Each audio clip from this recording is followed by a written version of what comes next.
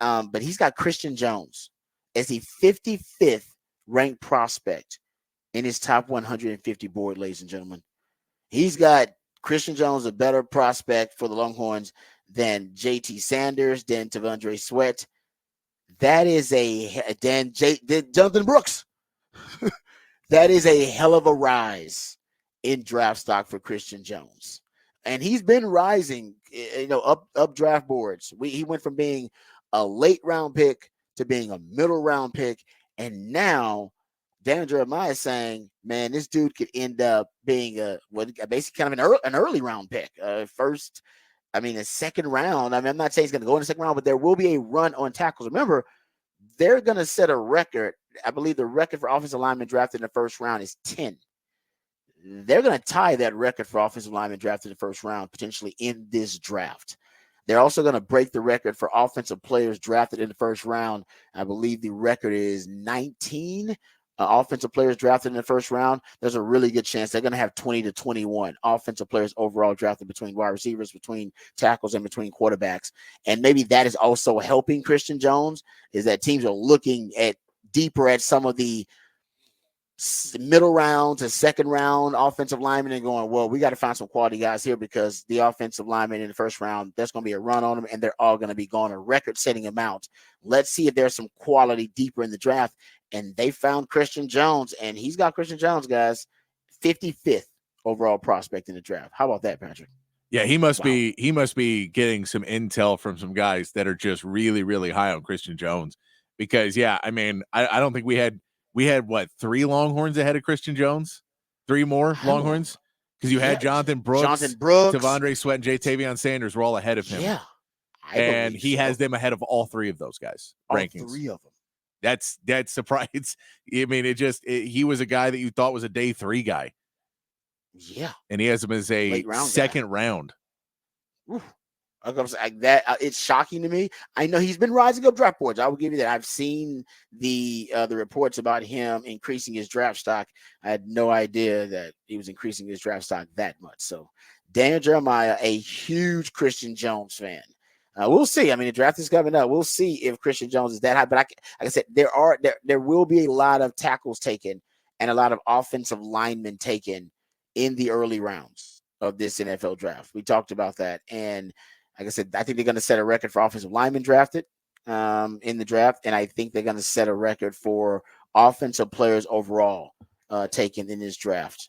But that remains to be seen. But either one of those trends, I think, may be helping Christian Jones. So I got to go back and do more Christian Jones research too, to find out, exactly where, because I thought they were projecting him to be a guard in the NFL too. And I know when he played in the Senior Bowl, he played guard and tackle. He played both. And I thought they were projecting him to be a guard, but maybe the projections about him have changed from he's projecting to be a guard to a guy that can play both. And that would increase his draft stock too, if he's projected to be able to play guard and tackle. All right, so there you go. That's once again Christian Jones, ranked by Daniel Jeremiah, 55th overall prospect and the 4th best Longhorn prospect coming out in this draft. He's got Jonathan Brooks at 57. That's right around where the Cowboys are drafting. Yeah, the Cowboys 56. 56. Yeah, that's where we all have him going right now.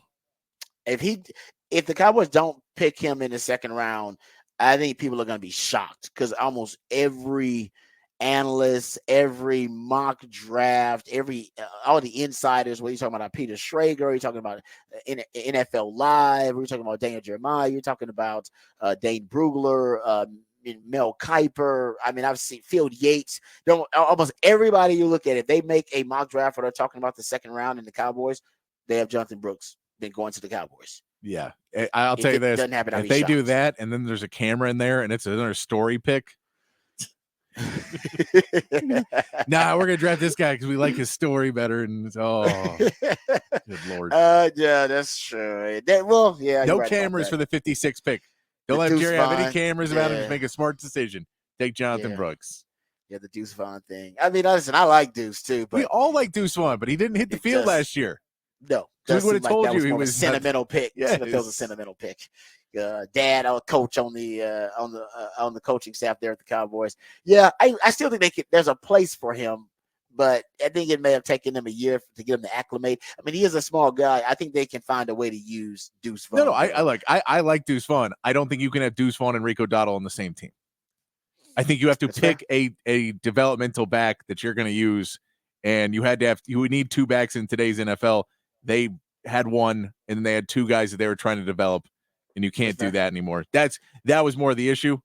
I think Deuce Vaughn has a ton of future if you put him into a split situation where he can win. You also have Kevontae Turpin, who is similar enough of a player, does a lot of they got him similar playing things. wide out now. They decided he's a wide out and a return guy. But I'm with you in terms of how you use them. They're boutique players. Yes. They're boutique guys. So. You specialize with those guys. Now I'm with you. You sprinkle them on the offense. They can't necessarily be main course items. Yes. In your offense, they're side dishes. You know what I mean? But really good side dishes, though. Right? Good side dish will make the meal. Y'all know that. Good mac and cheese, good mashed potatoes with some brown gravy. All right, anyway, got to make myself hungry. All right, he also has JT Sanders here as his 70th overall prospect on his 150 prospect big board. And I got to go look. I believe he has him as the second tight end, but I will go back and make sure that everybody still really has. There's been no movement there.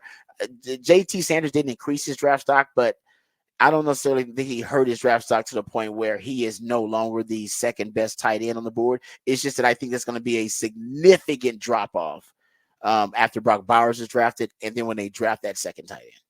That second tight end may come in the third round potentially, as opposed to Brock Bowers going so early in the first. He may end up even going in the top 10. You may not get your next tight end to the third round.